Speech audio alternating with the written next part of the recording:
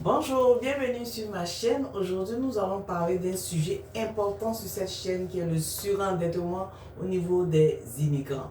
C'est sûr que s'installer au Canada, c'est un rêve pour tous immigrants, mais ce rêve vient avec beaucoup de dépenses qui sont le logement, la nourriture, les factures. Tout ça, ça engendre beaucoup de dépenses. Maintenant, pour un nouvel arrivant, au Canada, il faut reconnaître qu'au Canada, le crédit est facile. Donc, si vous manquez d'éducation financière, vous devez établir un budget. Sinon, très rapidement, vous tombez dans des difficultés financières. Dans cette vidéo, nous allons voir 3 points. Pourquoi les immigrants sont plus à risque de tomber dans l'endettement. Les erreurs à éviter pour tomber dans la spirale du crédit. Et en troisième point, comment gérer son budget et sortir des dettes. Si vous êtes un nouvel arrivant, si vous êtes installé depuis plusieurs années au Canada, cette vidéo est pour vous. Restez jusqu'à la fin pour profiter des conseils concrets que nous allons donner. Notre premier point, comme je l'ai dit, pourquoi les immigrants sont plus susceptibles de tomber dans le surendettement. Le premier point, c'est pourquoi les immigrants sont plus à risque de tomber dans le surendettement. C'est d'abord le démarrage. C'est arriver nouvellement dans un pays, il y a les dépenses courantes, les frais d'installation, le logement, si on a des enfants, l'achat de voitures, les factures, le niveau de vie qui est plus élevé que dans notre pays d'origine. Donc, très rapidement, nos fonds de subsistance fondent. Maintenant, ici au Canada, le crédit est quand même facile. Donc, si tu ne fais pas attention, très rapidement, tu tombes dans le piège de l'endettement. Donc, ça devient comme une spirale. On pense qu'on va être capable de prendre le crédit et rembourser rapidement. Et lorsque le travail ne vient pas, c'est le surendettement qui s'installe. Il y a aussi le piège de prenez maintenant et payer dans 6 mois. Et payer dans 1 année sans intérêt. Mais rapidement, la spirale tourne autour de nous et ça devient comme une boule de neige et il est difficile de s'en sortir. Donc, il est important de comprendre ces causes pour pouvoir éviter le surendettement. Notre deuxième point, c'est les erreurs par lesquelles les immigrants peuvent passer et tomber très rapidement dans le surendettement. Nous allons voir 4 erreurs. La première erreur, c'est d'utiliser la carte de crédit sans limite. C'est-à-dire qu'on n'a pas assez d'argent, on utilise la carte de crédit pour faire des achats et on ne paye pas le solde de notre carte de crédit. Si vous ne payez pas le solde de votre carte de crédit, ça égale à des intérêts très élevés. L'erreur à ne pas commettre, c'est d'utiliser la carte de crédit plus de 30% du solde de votre carte de crédit. Automatiquement, ça va impacter votre code de crédit. Vous allez avoir une mauvaise code de crédit. La deuxième erreur, c'est d'acheter des voitures neuves quand on arrive.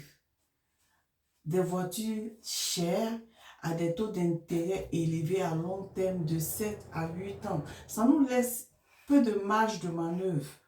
Donc, très facilement, on peut tomber dans le surendettement. Aussi, c'est de prendre des prêts à consommation élevés. Donc, je dirais en troisième erreur, c'est d'avoir plusieurs crédits en même temps. On a plusieurs cartes de crédit, on a des prêts à la consommation qu'on a pris pour acheter des meubles, pour aménager notre maison. Rapidement, on se trouve surendetté. Il y a le quatrième point, c'est de vivre au-dessus de ses moyens. Posez-vous la question, en avez-vous vraiment besoin de ce que vous voulez prendre? Si vous n'êtes pas capable d'acheter quelque chose avec de l'argent, que vous êtes obligé d'utiliser le crédit, seulement c'est parce que vous n'avez pas les moyens de vous l'offrir.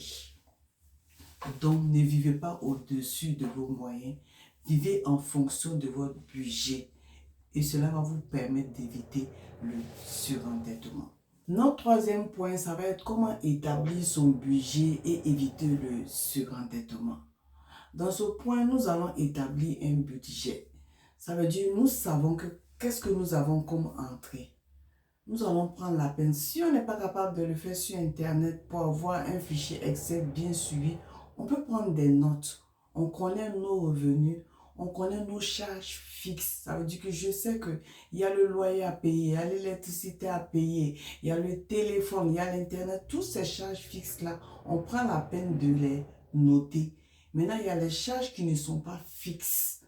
Elles aussi, plus ou moins, on budgétise ces charges-là. Ça nous permet de savoir exactement est-ce que nous dépensons plus que nous gagnons et de pouvoir s'ajuster, de voir qu'est-ce qu'on est capable de réduire pour avoir un budget. Il faut aussi prévoir un budget de sécurité. Je dirais une épargne de sécurité. Si possible, avoir au moins 3 mois de loyer, avoir au moins en réserve 3 mois. Ça veut dire que si jamais aujourd'hui on dit que je ne travaille plus ou ma femme ne travaille plus, est-ce qu'on a assez d'argent à côté qui peut nous permettre de payer notre loyer, de manger, de continuer à vivre avant de trouver une situation, une meilleure situation financière? Il faut aussi garder en tête qu'il faut utiliser le crédit de façon intelligente. Ça veut dire que si je prends ma carte de crédit pour payer quelque chose, avant la date de paiement, je paye mon solde pour éviter les intérêts trop élevés. Le crédit, oui, au Canada, il est important. Il est important de bâtir son crédit, mais il faut le faire de façon intelligente. Il faut bâtir un budget. Ça vous évite de dépenser tout votre argent. Ça vous évite de savoir exactement où votre argent s'en va. Et ça évite le stress. Sincèrement, je tiens à dire aux familles immigrantes que ce pays, ce n'est pas évident.